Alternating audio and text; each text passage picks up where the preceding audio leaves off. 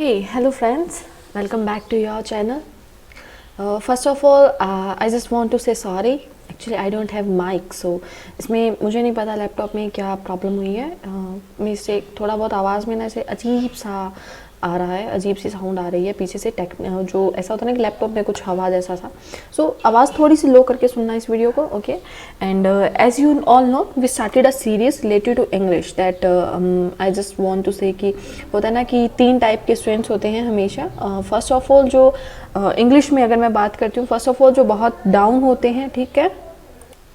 Like 3 types के students होते हैं. फर्स्ट ऐसा जिनका बैकग्राउंड जो है इंग्लिश के बिल्कुल टच में नहीं होता है, एज लाइक मी. मैं 8th तक तो बिल्कुल हिंदी जैसे एनवायरनमेंट में थी और विलेज से बिलोंग करती हूँ. सो यू कैन मतलब आइडिया लगा सकते हो, 9th में फेल थी.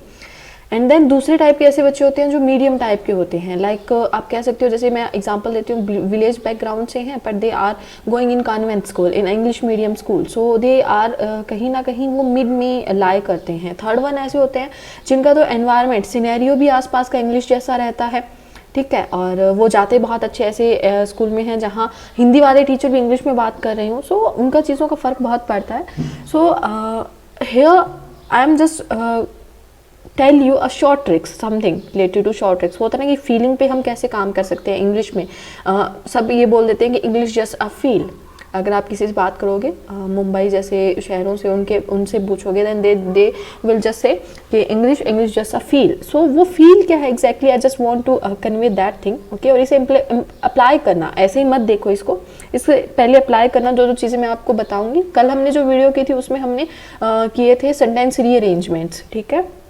एंड पर्सनली मैंने इंग्लिश में 2 मार्क्स से जो 29 तक मार्क्स तक का सफ़र रहा था ना, उसको उसी के बेस पर मैं ये चीज़ें बता रही हूँ आपको, ठीक है. सो आपके लिए क्या है, वो वे है जो मैंने बहुत लंबा 2 साल का तय किया ना, वो आपका छोटा हो जाए, वो आप जल्दी से पकड़ लें इन चीज़ों को अगर प्रैक्टिस करते हैं. देन सो हम ये स्टार्ट करते हैं. सबसे पहले तो आप अगर बिगिनर हैं और या फिर इंग्लिश में भी एक बिगिनिंग जैसी है आपकी, English just as like a beginning, whether you are preparing for 2 or 3 years, but English is just for a beginning और just like a beginning for you. Then you have to go with the textbook just because textbook का जो level है वो एक होता है ना कि बिगिनर्स के लिए और एक अच्छे वार्म अप के लिए बेस्ट लेवल रहता है हमें मोटिवेट करने के लिए. एक लंबे वो होता है ना कि रेस के घोड़े की तरह धीरे से होता है ना कि स्पीड को धीरे से ऊपर उठाने के लिए textbook is the best one. So you have to give this mark, okay. और I will provide the link, description में लिंक दे दूंगी मैं आपको इसकी क्रोम से उठाकर. सो वो आप लगाना. सो ये मॉक आप लगाना, ठीक है, टेक्स्ट बुक के. और कितने दिन में आप लगा लोगे, 10 दिन में हार्डली आपके ये निपट जाएंगे एसबीआई क्लर्क वाले. और उसके बाद में आप प्रैक्टिस मॉक पे जंप करना, देन स्मार्ट कीड़ा पे. ये एक प्रोसेस रहती है अगर हम बेस्ट वे की बात करते हैं. देन बाकी किसी भी इधर उधर मत देखो, ठीक है. आपको हार्डली 60 टेस्ट मिल जाएंगे. 60 टेस्ट में 2 महीने का तो रेगुलर वैसे ही काम हो जाएगा आपका. और उसके बाद फ्री वगैरह अदर टेस्ट सेक्शन अलग रह जाएंगे. तो आपका एग्जाम तक के टिल आपका इन तीनों में काम निपट जाएगा. Text book, then practice mock, then smart कीड़ा, ओके. स्मार्ट कीड़ा की इंग्लिश फिलहाल सबसे हाई चल रही है, ठीक है. सो स्टार्ट करते हैं. ये जो वीडियो बेस्ड है वो स्पेशली क्लोज टेस्ट पे है कि हम स्टार्टिंग में मैं बहुत बड़ा कोई ऐसा नहीं ले रही हूँ कि मैं तो एडिटोरियल का कोई क्लोज टेस्ट उठा रही है जिसमें वर्ड्स ही समझ में नहीं आए. आपको दिख रहा होगा ऑप्शंस में वर्ड्स बहुत इजी हैं, ठीक है. आगे वाले अगर मैं वर्ड लेती हूँ तो हम यहीं से स्टार्ट करेंगे. मैं पहले फर्स्ट अब थोड़ा बहुत यहाँ पर आपको ऐसा लगेगा कि हाँ ये चीज़ें समझने वाली हैं, तो ऐसे मैं वर्ड्स उठाऊँगी, ठीक है. सो यहाँ से हम स्टार्ट करेंगे. सो सबसे पहले हम फर्स्ट क्वेश्चन, क्लोज टेस्ट के फर्स्ट क्वेश्चन की बात करते हैं कि हमें कैसे करनी होती है, ठीक है. सबसे पहले ये सेंटेंस पढ़ो. बिगिनिंग में सबसे पहले सेंटेंस पढ़ो. आपको धीरे धीरे समझ में आएगा 1 लाइन पढ़ते ही आपको कैसे फिल करना है. पर पहले अगर आप जस्ट अभी प्रैक्टिस स्टार्ट कर रहे हो ना और एक 0 से स्टार्ट कर रहे हो, 2-3 नंबर से स्टार्ट कर रहे हो, ठीक है. तो यहाँ से पहले ये पैसेज समझो कि what is exactly passage saying. So start. There was a dash in the city of Athens. Athens क्या था हमारा, एक आप कह सकते हो पुरानी बहुत ओल्ड सिटी थी ये एथेंस. अगर वर्ड आपको किसी को हिस्ट्री पता है देन, ठीक है. और कौन से रिलेटेड थी मुझे एग्जैक्टली ये तो ध्यान नहीं है, but Athens was a very historical city. So which gave to its citizen the power of compelling their daughters to wed whosoever they pleased. देखो सबसे पहले तो कंपेलिंग का मतलब होता है कि उस पे किसी पर थोप देना आप कह सकते हो, किसी पे कंपाइल कर देना कि आपको ये करना है तो ये करना है, ठीक है, ऐसा एक अधिकार दे देना।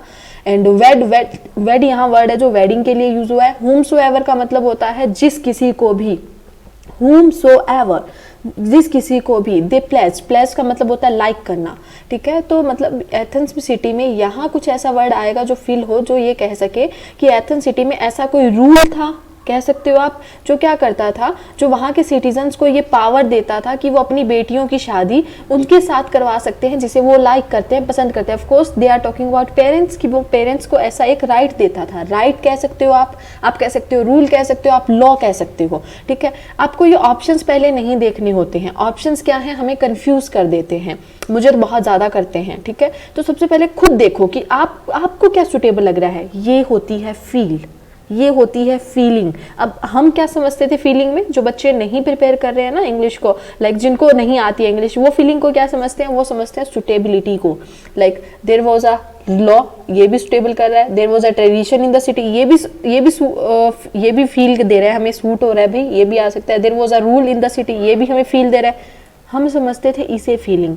ये फीलिंग नहीं होती है। फीलिंग होती है जो हमें अंदर से बात कहे कि यहाँ ऐसा कोई वर्ड आना चाहिए, पूरी लाइन को लेकर वो चले, तो वो फील है, नॉट सुटेबिलिटी फील है। फील एक अलग चीज़ है, सुटेबिलिटी एक अलग चीज़ है। अब देखो यहाँ से हम वर्ड्स को लेते हैं। There was a tradition in the city, tradition नहीं होगा, जैसे मैंने कहा ट्रेडिशन हमें वैसे दे तो रहा है कि हाँ सुटेबिलिटी, वो जो जिसे हम फील समझते हैं वो वाली फील तो दे रहा है कि हाँ ये इसमें सूट हो जाएगा, but no it is wrong. अगर हम पूरे सेंटेंस की बात करते हैं ना तो उसके अकॉर्डिंग वो रॉन्ग है। ये there was a feeling in the city, हाँ कंटेक्चुअली ये सही नहीं जा रहा है। There was a law, yes law rule right इनमें से कोई भी आ सकता है। हॉप, हॉप कैसे आएगा, ये तो कंटेक्चुअली हमारा सही नहीं जा रहा है। पेन नहीं, ये भी नहीं जाएगा। तो इसका आंसर जो रहेगा वो लॉ रहेगा, ठीक है।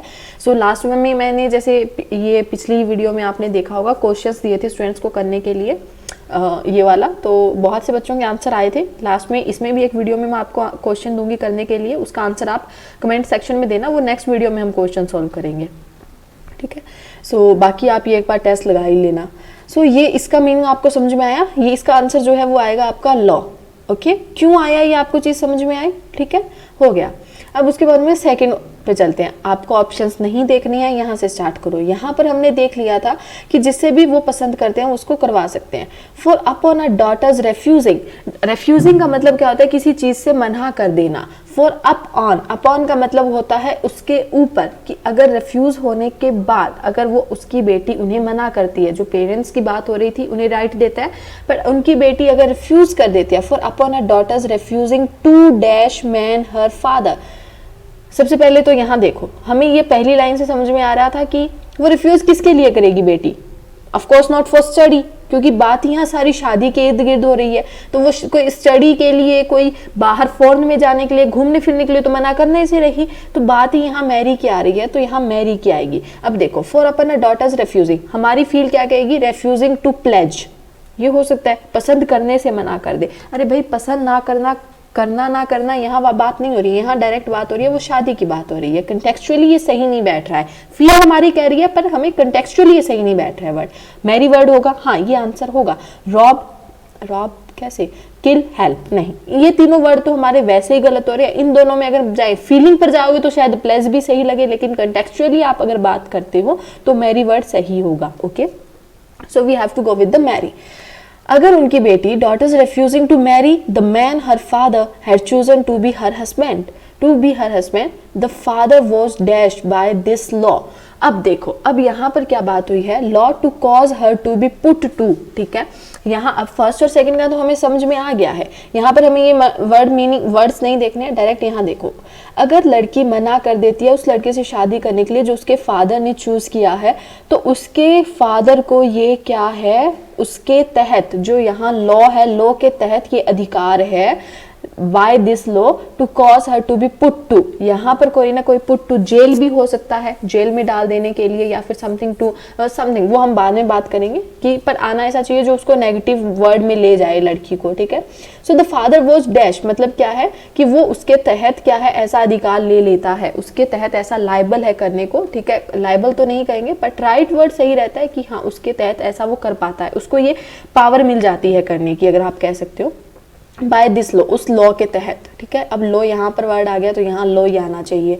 ये भी आपको पता है, बहुत से बार मैंने ये एक्सपीरियंस किया इन रियल एग्जाम। आपको ना फर्स्ट कभी कभी क्लॉज टेस्ट में ना आगे पहले वाले जो वर्ड्स होते हैं ना, मीनिंग होते हैं, मतलब जो आपको फॉर्म फिल करने होते हैं, उनका आगे आंसर कहीं ना कहीं मिल ही जाता है आपको। सो इसका भी ध्यान रखना है, ठीक है। दिमाग खोलकर हमें क्वेश्चंस करने हैं। First empowered, yes empowered word सही है बिल्कुल, वो उसको पावर देता है, वो उसको राइट दे देता है करने का। सो एम्पावर्ड वर्ड वही तो होता है कि उसको क्या है, वो शक्तियां दे देता है। Devastated, मिसमेराइज्ड, no. एम्बोल्डेड, एम्बोल्डेड नहीं होगा, एस्टिमेटेड। वर्ड्स देखो, अब सबसे बड़ी बात ये कि बहुत से बार क्या होता है कि हमें वर्ब पे भी करना पड़ता है। जैसे अभी यहाँ पर आनी चाहिए वो थर्ड फॉर्म आनी चाहिए अगर हम जाते हैं, ठीक है। पास्ट फॉर्म आएगी तो कि past form not in the sense कि थर्ड फॉर्म आएगी, वो थर्ड फॉर्म में, ये सारे के सारे थर्ड फॉर्म में है। अगर यहाँ एम्पावर होता ना तो ये वर्ड गलत हो जाता, बट राइट होता तो राइट वर्ड सही हो जाता। ये भी चीजें हमें ध्यान में रखनी होती है। एम्पावर्ड वर्ड आएगा, यहाँ वर्ब की थर्ड फॉर्म लगेगी, ठीक है। सो हम एम्पावर्ड के साथ जाएंगे। अगर ये एम्पावर होता ना फिर हम इसके साथ नहीं जाते। इस वर्ड इसे भी साथ में लेकर चलना है, ठीक है। सो यहाँ एम्पावर्ड आएगा। By this law to cause her to be put to misery नहीं, मिजरी तो होता है ना कि बहुत बुरी सिचुएशन में डाल देना। बुरी सिचुएशन में मिजरी में हम बाय नेचुरल डाले जाते हैं, नॉट बाय विलिंगली, ठीक है। समझ में आ रहा है। मिजरी का जो वर्ड होता है ना, मिजरी वर्ड होता है, वो होता है we are naturally in some trouble, not by willingly, ठीक है। सो इन ट्रबल, हाँ ट्रबल नहीं, ट्रबल वही नेचुरल हो गया है। नेचुरल और मिजरी आप एक दूसरे के सिनोनिम्स के लिए यूज कर सकते हो। सफरिंग, सफरिंग वर्ड कैसे आ जाएगा? सफरिंग तो होता है ना सहन करना, नहीं। पुट टू बी डेथ, हाँ ये हो सकता है कि उसे वो सजाए मौत बरकरार दे दे, बरकरार दे दे। I don't know about the word exactly, but ऐसा, हाँ वो वर्ड ये हो सकता है कि वो डेथ उसको दे दे, ठीक है। Malice, exactly I don't know about the meaning of malice, but या डेथ हमारा आंसर है, तो देन डेथ पे जाओ, ठीक है। ये हमारा आंसर सही रहेगा।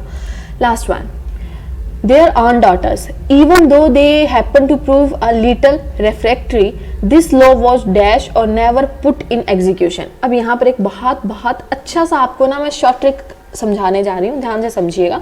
शॉर्ट ट्रिक क्या है, यहाँ और आ रहा है ना, और आगे और के क्या आ रहा है, नेवर। यहाँ वही वर्ड आएगा नेवर, यहाँ पे जो नेवर का सिनोनियम हो, जो नेवर के सेम हमें कोई meaning they.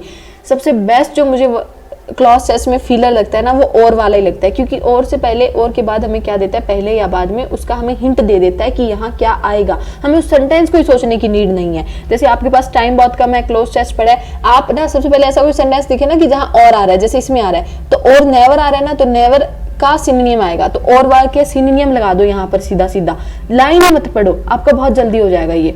This is based on experience, I experience the thing, ठीक है। सो नेवर का हम बात करते हैं। ऑलवेज तो नेवर का एंटोनियम हो जाता है, कॉमनली वही एंटोनियम हो जाता है। कॉमनली होता है कि हर बार, जो कॉमनली होता रहता है, नहीं पीरियडिकली नहीं। पीरियडिकली होता है जो हमारा क्या होता है, एक टाइम में, जैसे पीरियडिकली की अगर मैं बात करती हूँ कि टाइम टू टाइम होता है, एक पर्टिकुलर टाइम पे होता है। फ्रिक्वेंटली ये उसका बिल्कुल एंटोनियम हो जाता है नेवर का। फ्रिक्वेंटली होता है बहुत तेजी से होना। सेल्डम होता है कभी कभी, तो कभी कभी और नेवर को हम एक साथ ले सकते हैं। सो नेवर और सेल्डम हमारा इसका क्या रहेगा, आंसर रहने वाला है। ओके, सो होप सो आपको चीजें समझ में आई होंगी और लास्ट वन आपको इंटरेस्टिंग भी लगा होगा। ओके, सो होप सो आपको चीजें समझ में आई होंगी। आई एम नॉट सेइंग कि ये बहुत अच्छे लेवल का है और आप ये कर लो, आपका तो सारे क्लोज टेस्ट फुल हो जाएंगे, but I am just giving a review और एक स्टार्टिंग पॉइंट दे रही हूँ आपको करने के लिए।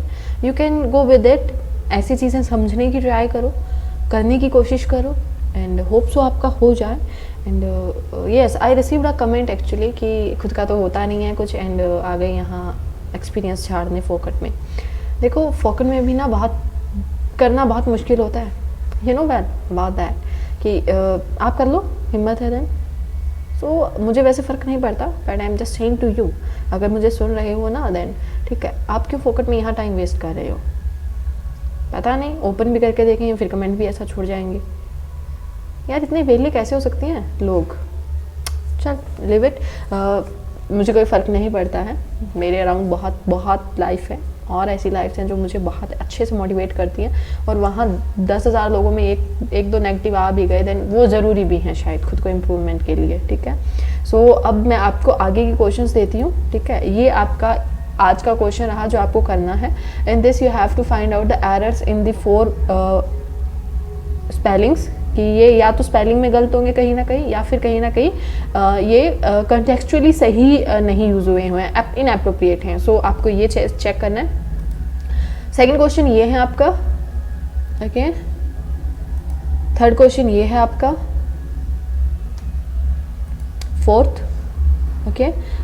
ये 4 हो गए हैं, और जो लास्ट वन है वो आपका है, जस्ट गिव मी ये वाला, ठीक है। ये आपका 5th क्वेश्चन है।